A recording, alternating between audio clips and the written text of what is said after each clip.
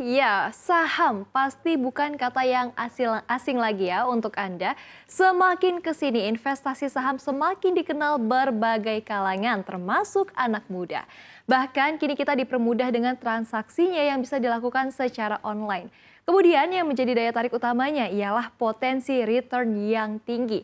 Sebetulnya investasi saham ini bisa dibilang gampang-gampang susah ya pemirsa, karena sebagai pemula tentunya banyak kekhawatiran dan juga ada istilah-istilah nih yang belum dipahami.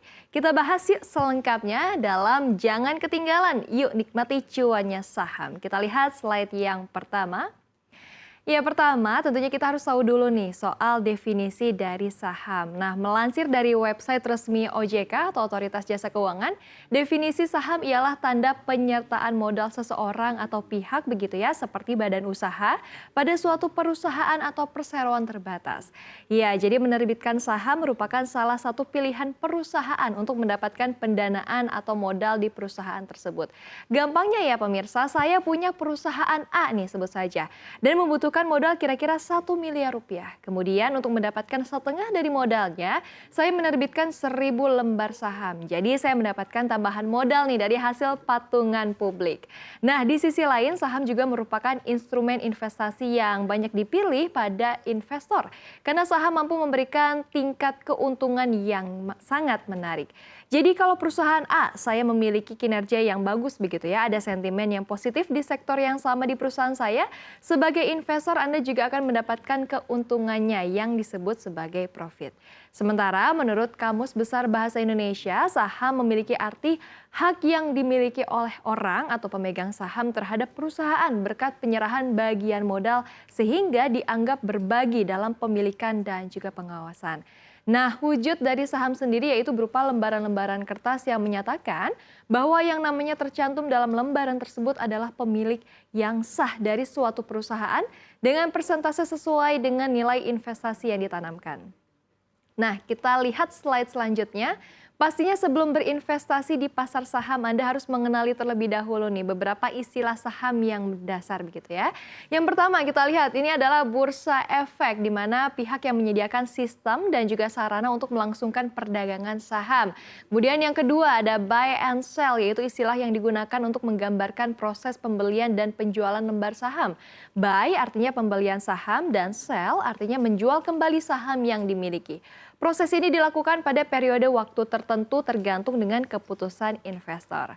Kita lihat yang ketiga yang di indeks harga saham, yaitu angka yang menunjukkan harga rata-rata dari beberapa perusahaan yang terdaftar. Anda bisa melihat gambaran performa perusahaan publik dari indeks harga saham ini. Di dalam Bursa Efek Indonesia terdapat kurang lebih 34 indeks harga saham yang disediakan. Kemudian yang keempat, ini ada capital gain. Wah, ini adalah kata-kata yang sangat dinantikan oleh para investor ya, karena kata ini menggambarkan keuntungan modal yang diperoleh oleh investor. Cara menghitungnya adalah dengan mencari selisih dari harga jual dan juga harga beli. Nah, kalau capital gain ini sangat ditunggu-tunggu oleh investor, berbeda dengan istilah yang berikutnya, yakni capital loss, pemirsa, yang sangat dihindari oleh para investor. Karena capital loss menggambarkan kerugian modal yang dialami oleh investor. Jika investor menjual saham dengan harga yang lebih rendah, maka ia mengalami capital loss. Kemudian yang keenam kita lihat ada dividen. Dividen ini adalah keuntungan atau laba yang diperoleh perusahaan yang kemudian ini akan dibagikan kepada para pemegang saham. Dan untuk besarannya ini tergantung pada kebijakan masing-masing perusahaan. Bisa dalam bentuk uang maupun dalam bentuk saham ya pemirsa. Kemudian yang ketujuh kita lihat ada deposit yang merupakan istilah untuk menggambarkan penyimpanan uang ke rekening saham. Rekening saham ini juga dikenal dengan nama rekening dana nasabah atau RDN. Terakhir ini adalah emiten, yakni istilah yang digunakan untuk menggambarkan pihak yang memperoleh dana dari pasar modal.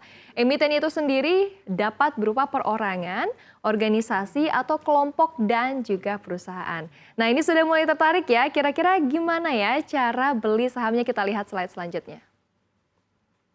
Oke, untuk membeli saham yang pertama harus Anda lakukan adalah membuat rekening saham. Anda bisa membuatnya melalui perusahaan sekuritas. Dokumen yang perlu disiapkan ini berupa KTP, NPWP, dan juga buku tabungan. Dan juga materai tentunya. Anda bisa datang ke kantor perusahaan sekuritas terdekat atau bisa mendaftar melalui online. Kemudian isi formulir pendaftaran sebagai investor pasar modal yang disediakan oleh perusahaan sekuritas. Setelah memiliki rekening saham, Anda bisa menyetorkan modal untuk membeli saham ke dalam rekening tersebut. Jadi siapkan dana sesuai harga saham dan membayar biaya transaksi untuk perusahaan sekuritas. Setelah itu Anda baru bisa melakukan transaksi saham. Nah, cukup mudah ya pemirsa ya. Nah, sebagai tambahan informasi, pastikan perusahaan sekuritas atau perusahaan efeknya ini sudah mendapatkan izin usaha dan juga diawasi oleh otoritas jasa keuangan. Perusahaan sekuritas biasanya juga akan menyediakan informasi data update perubahan harga saham baik naik maupun turun yang bisa diakses dengan mudah secara daring karena pergerakan saham sangatlah fluktuatif. Nah, kita lihat begitu ya slide selanjutnya. Untuk kenyamanan berinvestasi, Anda perlu mengenali terlebih dahulu nih profil risiko agar dapat menemukan produk yang sesuai dengan karakter Anda. Berikut ini ada 3 tipe investor nih pemirsa ya. Yang pertama adalah konservatif, yang cenderung memilih jenis investasi yang stabil, beresiko rendah, atau bahkan tidak ada resiko sama sekali. Biasanya tipe investor ini akan memilih tingkat imbal hasil yang stabil. Tipe investor seperti ini cocok nih untuk berinvestasi pada reksadana pasar uang. Kemudian kita lihat yang kedua adalah tipe moderat yang biasanya memilih profil resiko sedang begitu ya. Investor tipe moderat ini memiliki tujuan finansial jangka menengah dan siap dengan tingkat return yang fluktuasinya tidak signifikan tapi masih tidak terlalu berani untuk mengambil resiko. Terakhir kita lihat adalah tipe yang agresif yang sangat siap nih jika investasi pokoknya berkurang atau hilang demi imbal hasil yang juga tinggi. Biasanya investor yang seperti ini adalah investor yang sudah sangat berpengalaman.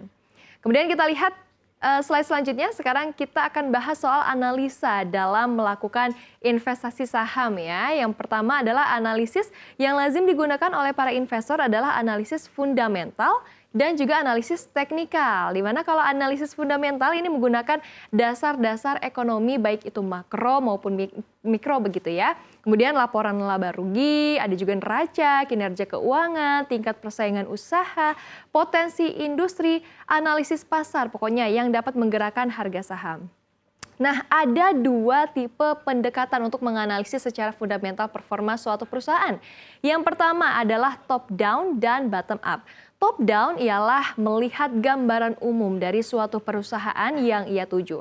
Sementara pada pendekatan bottom up, seorang investor melihat lebih dulu nih detail dari suatu perusahaan seperti kondisi keuangan perusahaan dan juga kompetisi dengan pesaingnya. Kemudian yang kedua adalah analisis teknikal ya, adalah analisis yang lebih mengedepankan terhadap sejarah perkembangan harga dan lebih memperhatikan pola kenaikan atau penurunan harga dari suatu perusahaan dibandingkan dengan kondisi ekonomi secara makro. Seorang investor yang menggunakan analis teknikal haruslah memahami pergerakan grafik yang terjadi. Ya, demikian penjelasan seputar saham. Ingat ya, instrumen saham ini high risk, high return. Makanya kalau mau menang banyak di pasar saham, harus rajin mau belajar agar bisa mengelola resiko yang ada di pasar keuangan ini.